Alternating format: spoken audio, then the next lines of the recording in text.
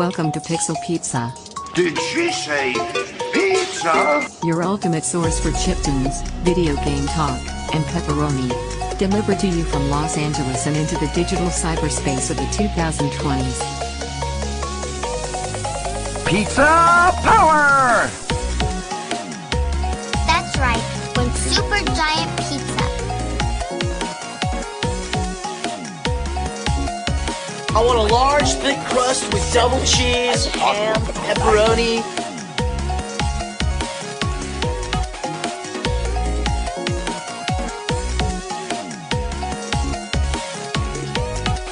Hey, where's my pizza?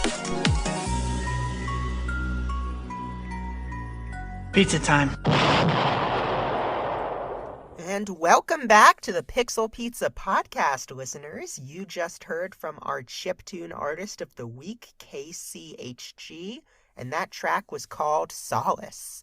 So hope you dug that one. And now we are here with our game industry interview guest for the week. He is a musician, animator, and game developer.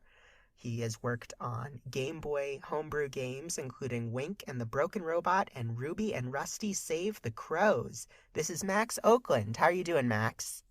Hi, I'm doing pretty well. How are you? I'm doing well too, thanks. So, Max, I like to kick off the show by asking, when in your life did you know you wanted to work in games?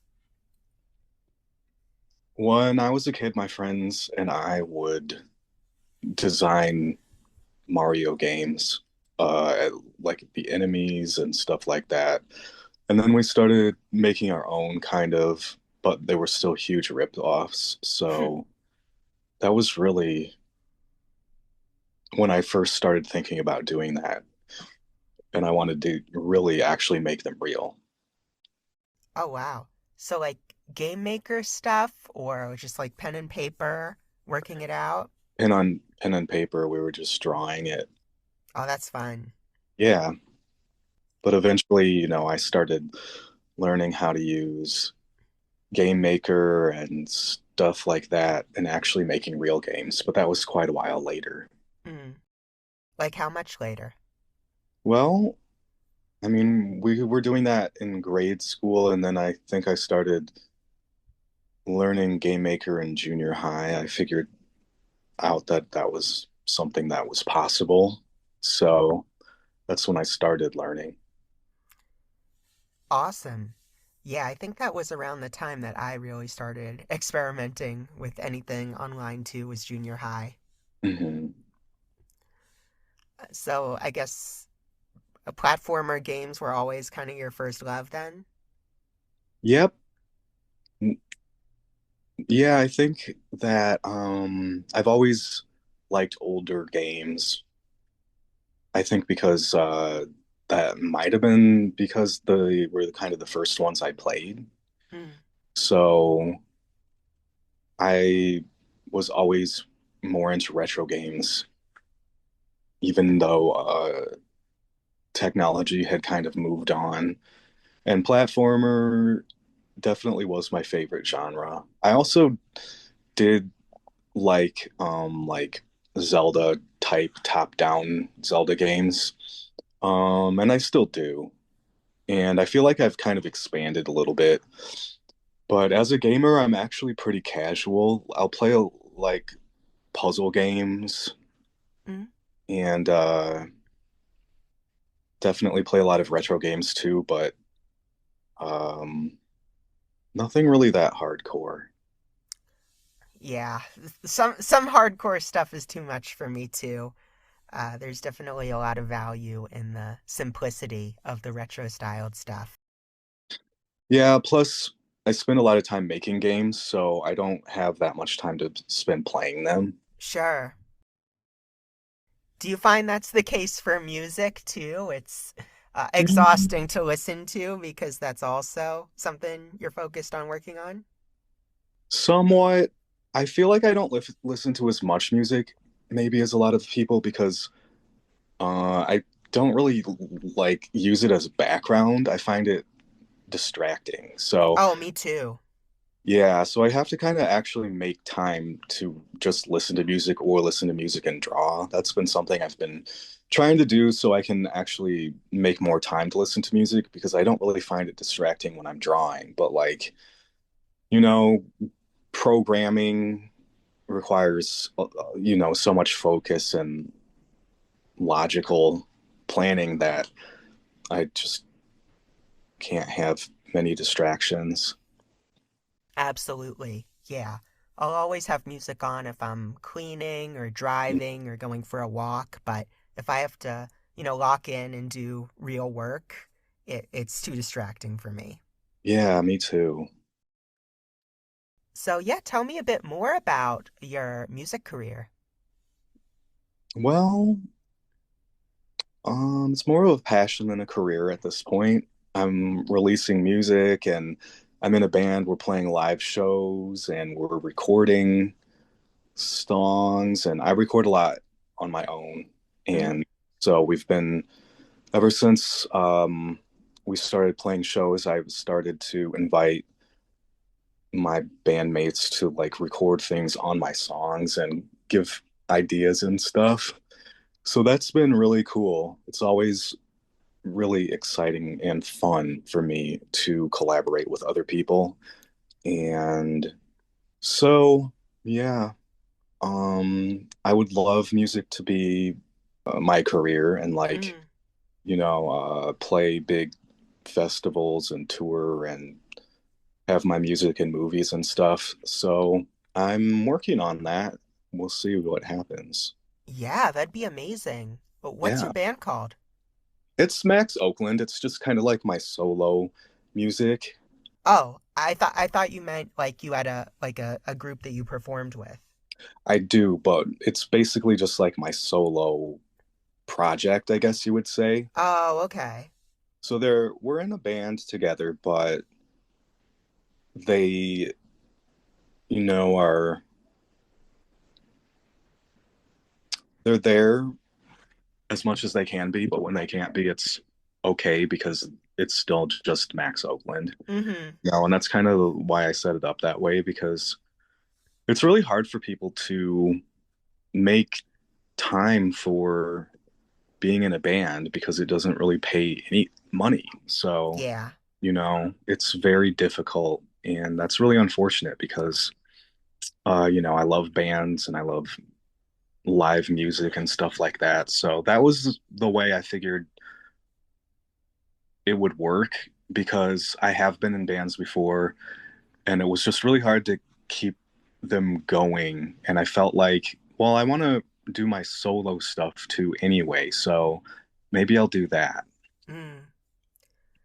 Yeah, I can very much relate to that as, you're also a creative in LA and Hmm. it everybody has their own things going on, so getting together group projects and working on stuff can be such a hassle of finding a time when everyone's available and having something that people will stick with. I've been in a few improv comedy groups that Oh, kind of cool. fizzled out because it Uh, seemed like everything was going well, but people just got busy with life in the way and their own other things. So I've kind of kept like moving from group to group.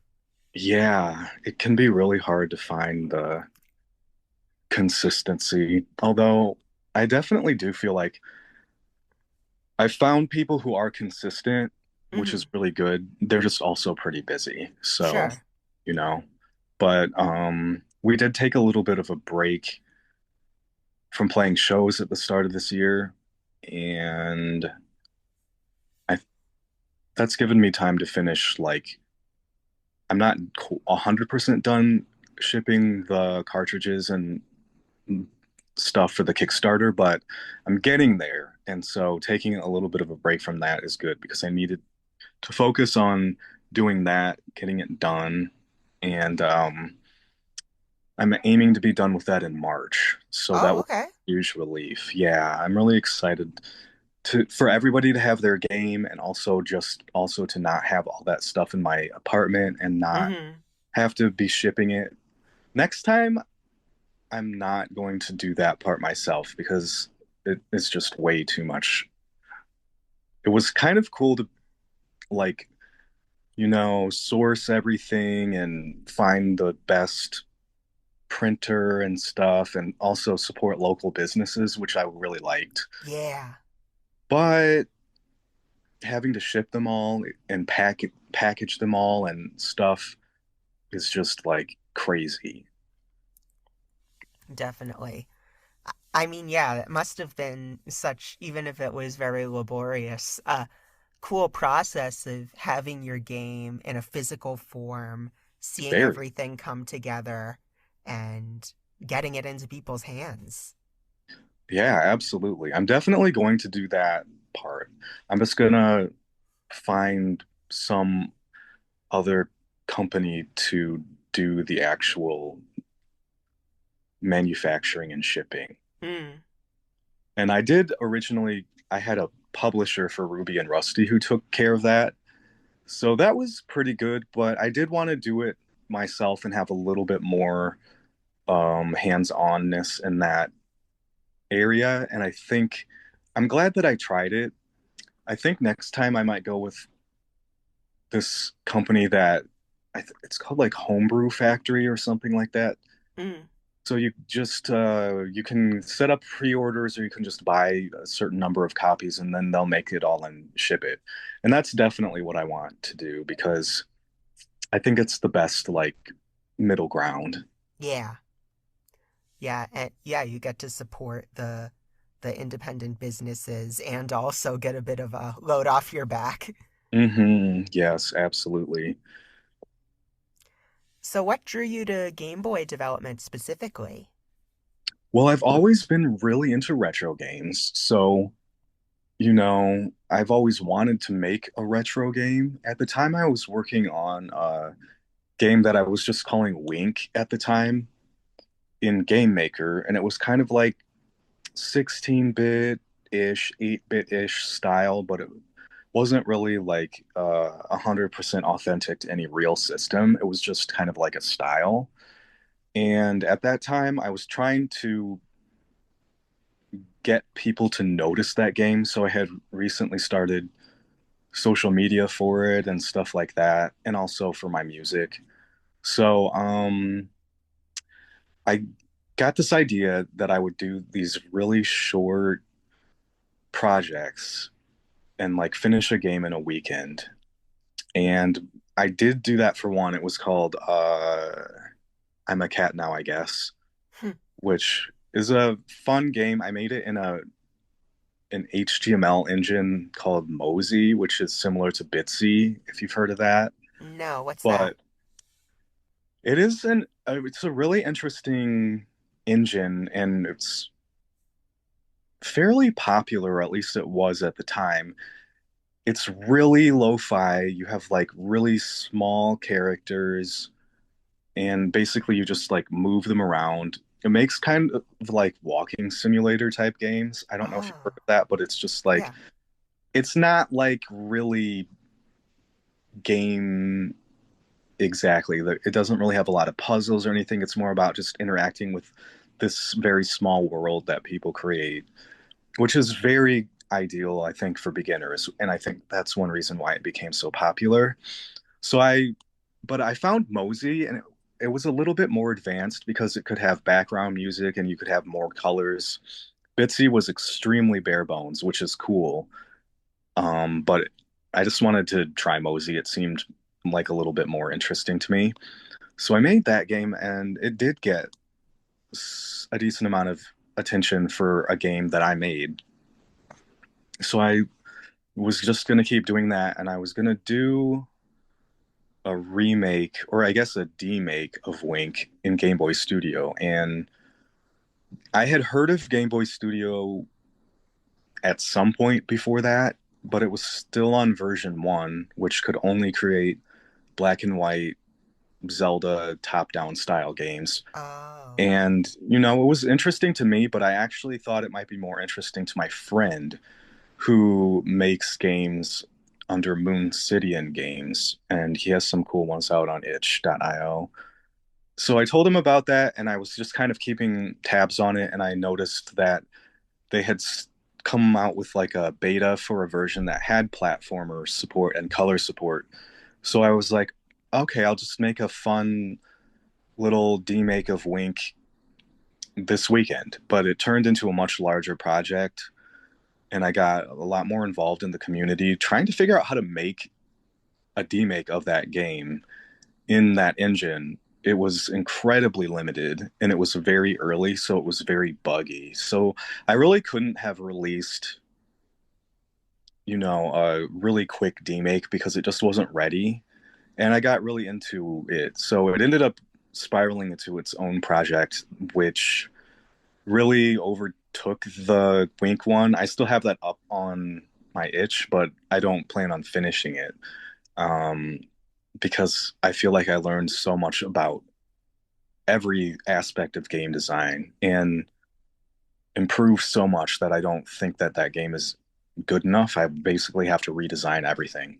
Mm. So, I might take ideas and stuff from it, but it's not going to be updated. But another factor that really got me into retro games was videos about different games and how they like push the limits of their systems. I've always been really into those videos. I still am. I can watch them pretty much nonstop.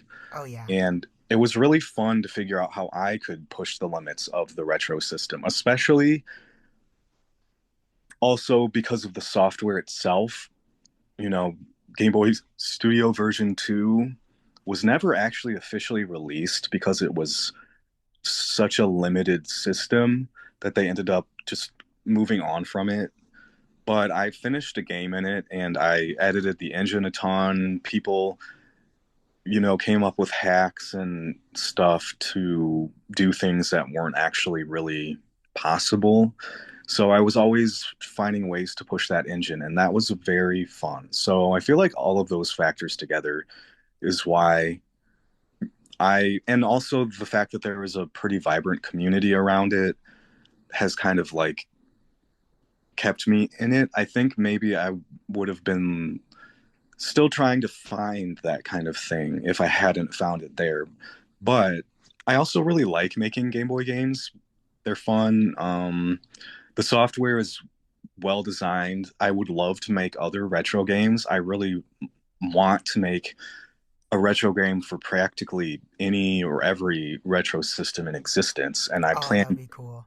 yeah, and I plan on kind of like using the chronological order of the systems to tell a chronological story of Wink or the world Wink lives in. So, like, this Game Boy Color game would come after an NES game because the NES came first. Mm. So, and just kind of like, but I'm also interested, I would love to do a Game Boy Advance game. I think that hardware is really cool because it has a lot of capabilities like sprite stretching and stuff, a lot of background layers and things like that. So I'd love to do that. And at some point, I would actually also like to do like a 3D game, but I think I would have to do a lot of like collaboration on that one because 3D games are just not my main wheelhouse. I do play them sometimes. Like I really liked Mario 3D World. I thought that was really Mm. fun. I know a lot of other people kind of missed the Mario 64 style of level design where you have like individual areas that have many different goals in them. Yeah, I've that's my actually never favorite kind. I've never really liked that. It's Oh. always been like something that I could enjoy. I played Mario 64. I've never beaten it and I almost got to the end of uh Mario Sunshine. Mm. So, but for me, one of the things I love most about games is like seeing new environments and exploring them. So, going back to the same environment over and over again becomes kind of boring to me. Like, the most exciting part of a game for me is the part where you're somewhere new. So, it kind of doesn't suit my gameplay style exactly. Mm. But I do like the exploration aspect of those games, and that is something that I would kind of like to do a little bit more. And I think I I think that Wink and the Broken Robot does have a pretty decent amount of exploration. Like there are a lot of secrets and stuff, but um, I think Yoshi's Island is the game that does it the best for me, and Oh, yeah, I'm interested in kind of going in that direction a little bit. definitely. And I imagine it would also be really cool for you being able to try and stretch yourself by making music for all the different sound fonts and limitations for different Yeah, consoles. I never really thought about that, but it is fun and cool. I have made some NES music and yeah, that's actually really interesting because I hadn't really thought about that. And then, like if I made a PlayStation game, it could have CD quality audio, which would be, Yeah. and then um there's actually something that was released recently because for a while I have known about this. The Game Boy and Game Boy Color have an unused audio capability where you can output any type of audio through the speakers. It could be Really? anything. It could be CD quality. Yeah, it was never used commercially for whatever reason.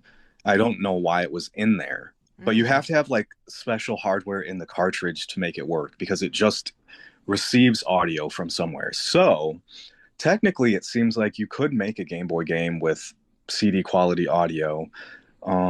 And so I was really excited to see I think they made a cartridge with the required hardware, and so it'll be really interesting to see if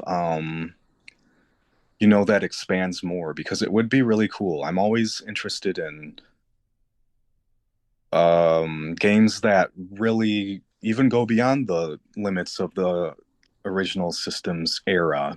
You know, I wouldn't say I'm a purist, but I do also love the games that are like, within the normal limits too. I just think it's Hmm. really interesting to see how people explore that.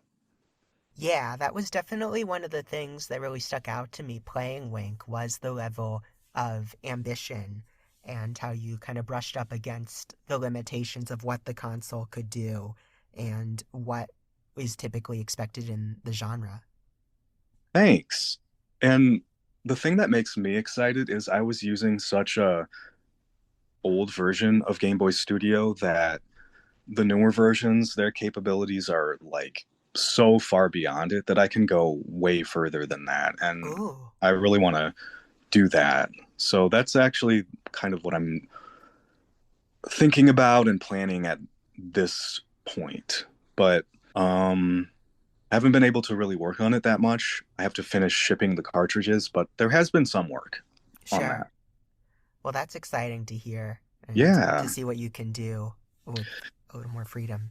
Yeah. So I'm curious what things that stood out to you that seemed like they were pushing the limits of the system. Yeah, I would say, I mean, the amount of like different collectibles you could get and the objectives per stage, I feel Mm, like isn't something that I would typically see in that era. The like open exploration between levels. hmm Yeah. I did think that that was pretty different.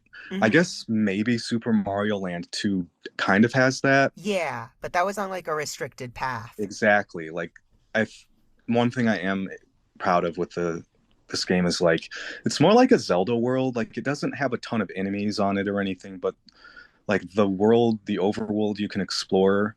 Originally, I was thinking about making it more like a map type thing, like Super Mario Land 2 or something, but um it ended up being yes, more like a little bit more like a Zelda type world where you can walk around and find stuff, and there are secret areas all over the map, and houses you can go in to talk to people, and Hmm. collectibles to find. And I don't know how interesting this is to people, but you can play the game pretty much in any order except for like the last two levels, I think it is. Oh, Yeah. So there really is no set order. I guess the first world locks you in, so you kind of get the story started, and then after that, you can go out and I've made World 2 the easiest to find after that, but you can go to any other world at that point. That's awesome. Yeah, that was always one of the cool things about the original Zelda was exploring the Yes. world. Yeah, and that one has a very open world. Um, like the later Zelda games have more of blocks based on items or stuff like that, where you can't go to every dungeon whenever you want to. And it's cool to play a game like that original Zelda, where you can kind of just accidentally stumble on the second to last dungeon really easily. Mm. Yeah, in fact, think that might have been the first dungeon or the second dungeon I found. So there's definitely something really interesting about that. Yeah. This is a much more recent game, but I don't know if you ever got to play Ukulele in the Impossible Lair. I haven't. So it's a 2.5D platformer. It's like 3D graphics on a 2D plane, and it has Mm. uh, levels with a lot of exploration and different collectibles and a Zelda style open world.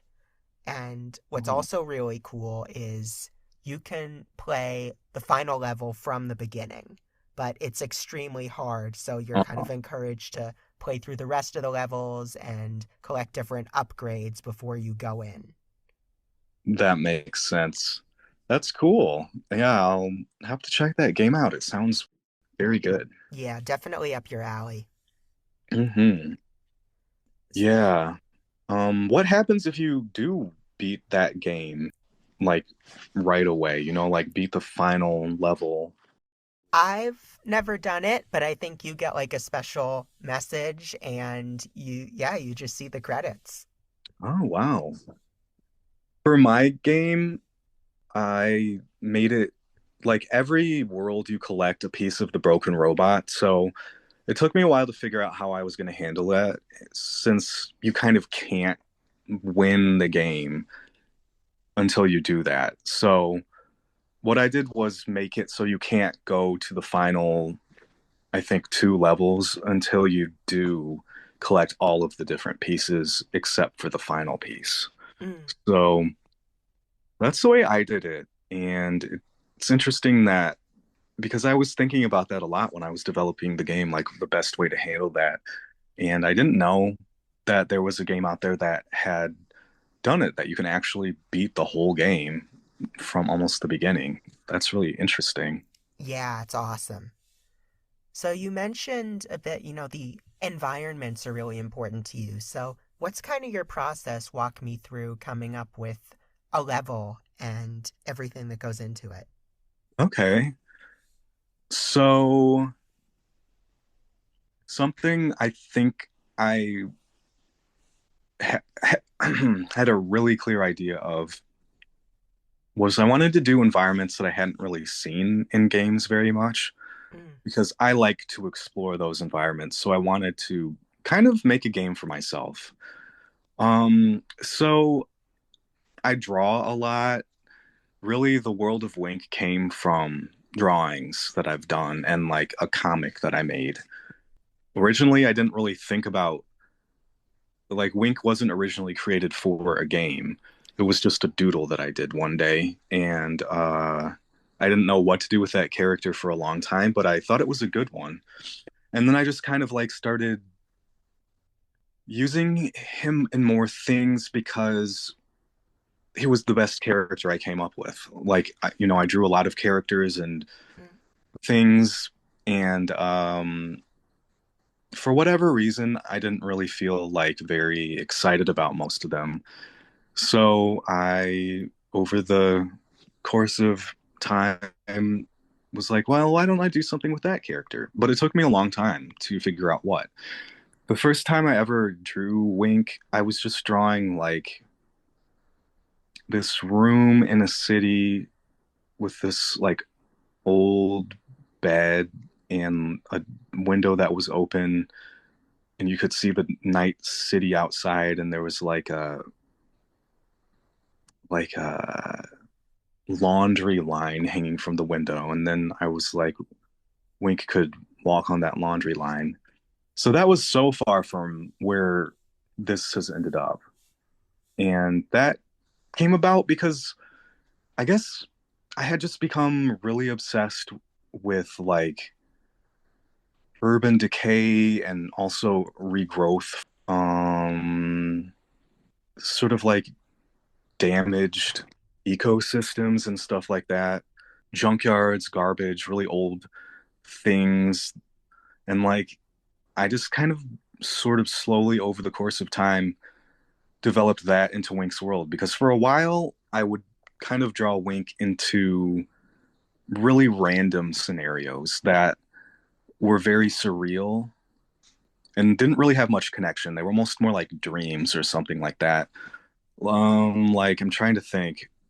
Well, one of them came from a dream that I had about these like thousands of spirits that were like floating in the sky. Oh.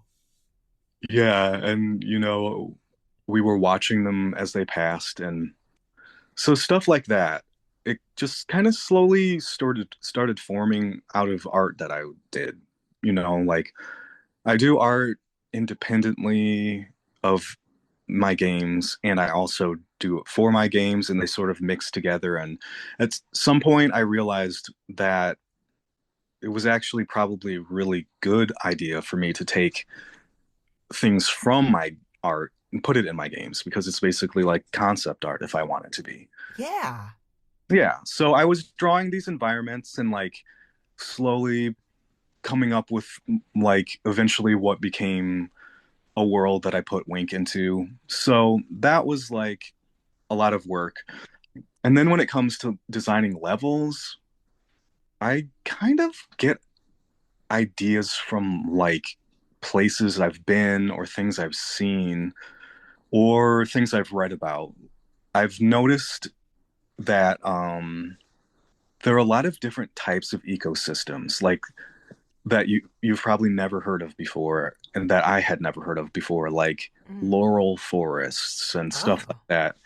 Yeah. So, and like swamps and different types of swamps and like really interesting things. So that's kind of guiding me now. And then for Wink, it was just kind of like, what would be an interesting place to explore? Or I would kind of just like mess around, but I got ideas from, I think, a little bit more of a basic inspiration from ecosystems like mountains or hills or swamps or the last world of Wink and the Broken Robot takes place in this forest that's kind of grown above a buried junkyard. So there's a lot of like that, a lot of I guess something that I'm really intrigued by is the combination of nature and like urban environments. Yeah.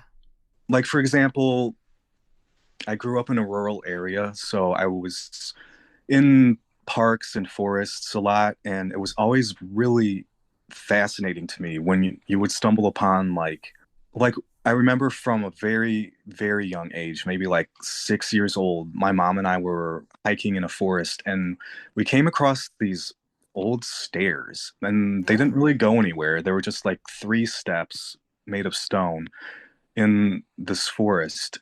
And that has always stuck with me. And one time I was hiking at that same park and there was this abandoned tractor.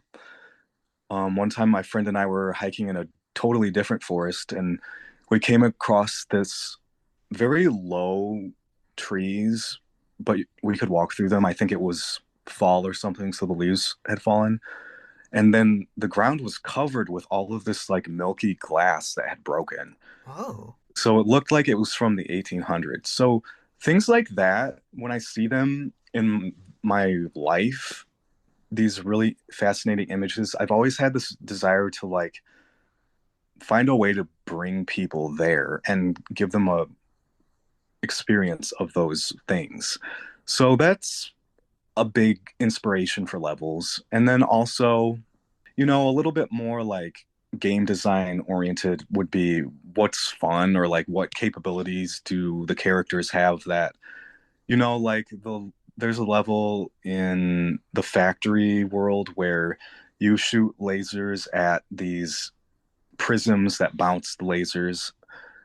And so I think that's really fun. And I would love to explore that more, actually. That's something I plan to do. And also, I get inspiration for levels from other games, Mm. definitely. I'm always interested in seeing what, like old games did that hadn't really been replicated by other games. So I'm interested in taking like uncommon mechanics and trying to do something with them because I don't know. I think I have this interesting combination of wanting to do new things, but also old things at the same time. So I don't exactly know why. I like to do new things with old things, I guess.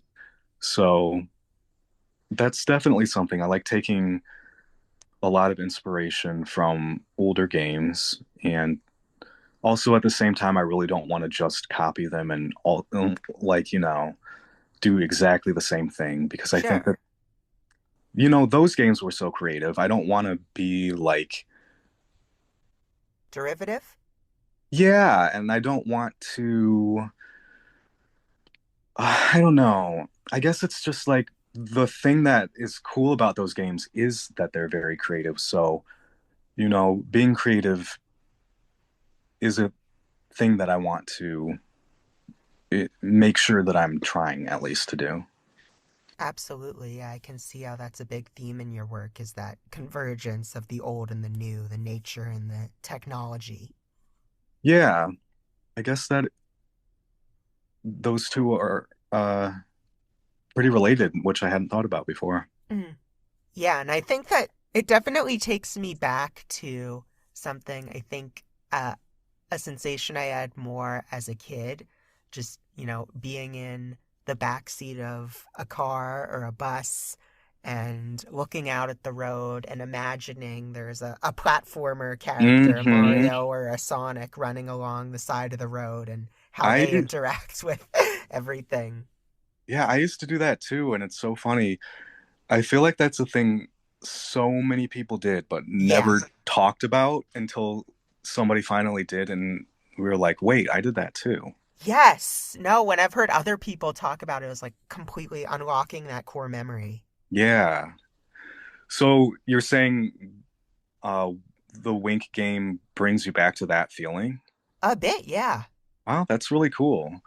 Yeah, I've had people tell me that they felt like it brought a childlike sense of wonder, and I'm like, that is really amazing. I mean, that is what I wanted to do. That's what I love about Yoshi's Island. I feel like for me, that's the best game for that. And I Mm. feel like if I can do that, then that is really amazing because, you know, my experience of the game is not ever going to be the same as somebody who didn't make it. So it's really hard to like know how other people experience it.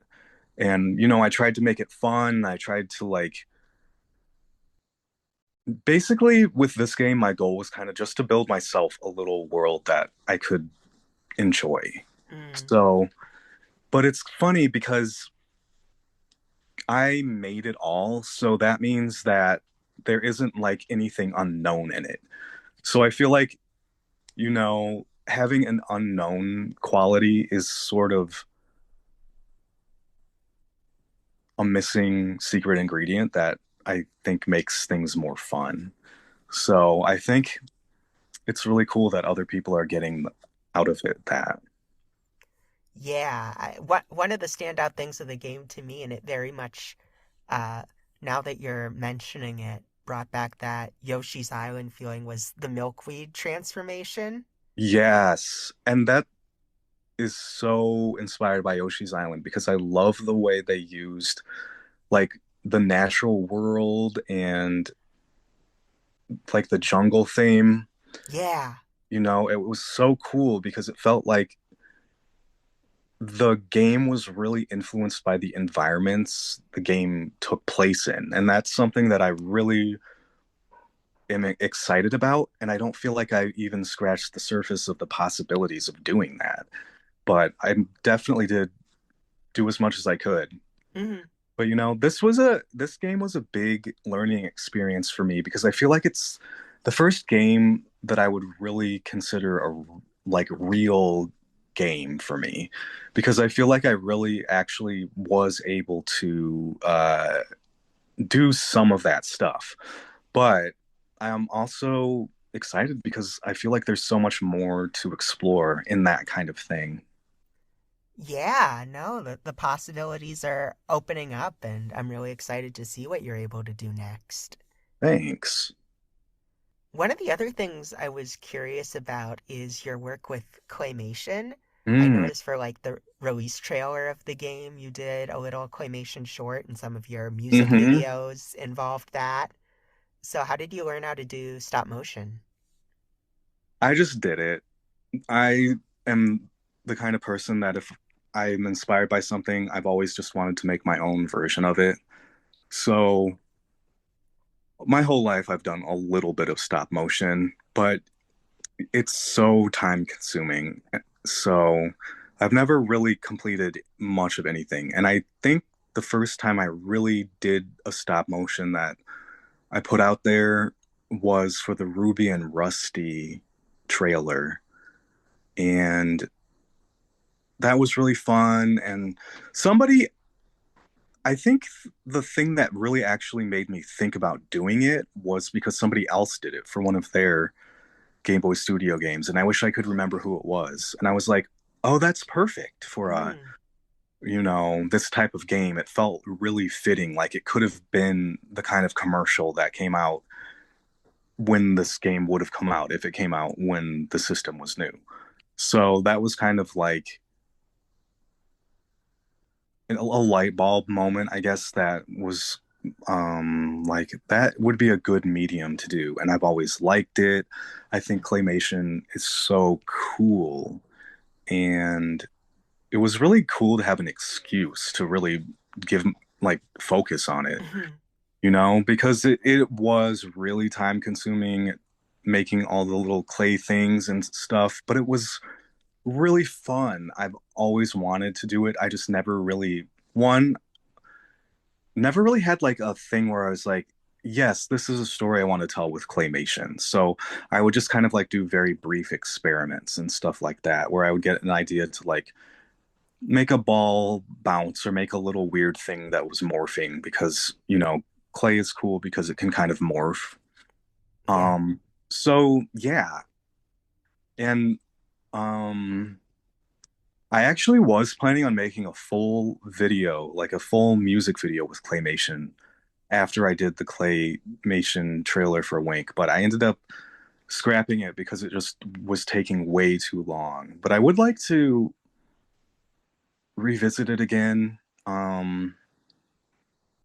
Just not really sure how because it is so slow. Maybe if I could like work with multiple people on a project, it might work better because we could work faster. And I do have the things I made for that music video. I made a lot of backgrounds, like I made them on construction paper, and then like the characters and objects I made out of clay mostly. So I have those things and I would like to use them. I just I need to have the right time. But Hmm. also, I've been really interested in the idea of mixed media. I've seen a lot of videos lately that are kind of combining like video and drawings and like CG and stuff like Yeah. all together. I think that is the most exciting visual style for me right now. So I think that could be a way to do some more claymation. So I'm like animation for me is a little bit more like a hobby. Um, but I am trying to find ways to build it into my life a little bit more. Actually, this morning, I finally gave myself some time to work on an animation. Oh, cool. Yeah. So, yeah, I'm trying to figure out how to do it in a way that actually works because the problem with the way things are right now, it's great to be able to have social media to connect with people, but Hmm. there's also a need to be constantly posting. And so many of the things Yeah. I do take a lot of time. So it's really hard to figure out how to actually like make that work. Because it's really, really, really hard for me, at least, to make something and also film myself making it. It completely interrupts the creative process if Oh, I'm, sure. worrying about filming. So I have found that Procreate, which is what I was using to animate, um, will do like a time lapse of what you do. So I think that's what I'm gonna do because I can post the time lapses and then I'm going to be drawing like individual pieces. Like today, I just animated one character. And so I can kind of like post that as I work on it and then incorporate them into a larger thing. So, all that is to say that I made this animation of like outer space and I found, I was like, oh, I could make planets out of clay and then I could spin them and it would be perfect use of that medium because they're 3D. And so I did that. I'm not exactly sure what I'm going to use that animation for. There's always a ton of like pieces that I've made that are unfinished, but I would love to use them for something or finish it. So, yeah, that's kind of the story of claymation and me at this point. That's awesome. Yeah.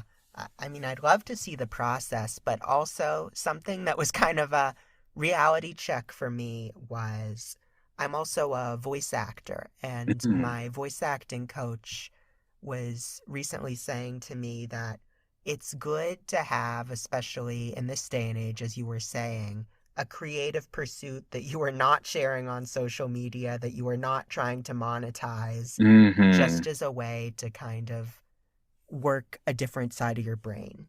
Yeah, totally. And that's something I noticed myself is anytime I would be interested in trying something new, I would start thinking, oh, maybe this is the thing that I can do and Yeah. put it out there and I realized at some point that I was just turning everything into a potential job, which, like your voice acting teacher said, hobbies are good and Mm-hmm. they're really important and yeah, so actually for me, my hobby that I don't really do anything with, I I actually don't remember. I was just thinking, oh, this is a little creative thing I can do that I'm not going to do anything for anything. But I guess it's okay. Maybe I should just keep it a secret. I don't even remember what it is. It must have Yeah, been you a don't even need while. to mention it on this podcast. Yeah, but it is really nice to have like things that you're like because really I find some of my most creative and cool stuff comes when I'm not trying to do something. So, but then you want to turn it into something because it's really cool. So, Yeah. I think maybe one of the best parts about having things that you don't turn into more than a hobby is just like they were saying, exercising that different part of your brain so you still have space in your mind that isn't occupied by the way you think when you're working. Mm. Because I definitely find like when I'm doing an animation that has a deadline, I'm trying to figure out how to do it efficiently, and efficiency is not always creative. Oh, for sure. Yeah, like trying to find the most quick way to do something is often a real mistake. But I don't know, maybe mistake is the wrong word because, we always have to finish things, but I don't know. The creative process is interesting because there's so many little aspects of it like that. Like if you're trying to be fast, you might miss out on the benefits of being in the moment and like taking your time and just like allowing things to flow. So I guess it's just about balance more than anything, probably. Absolutely. So speaking of hobbies, I had another question for you. I saw on your website you had posted a chili recipe. Okay, so that was not my chili recipe, Oh. but I used to do this zine with my friend who is Moon City in Games, and we would like take submissions from anybody of any type of thing. Hmm.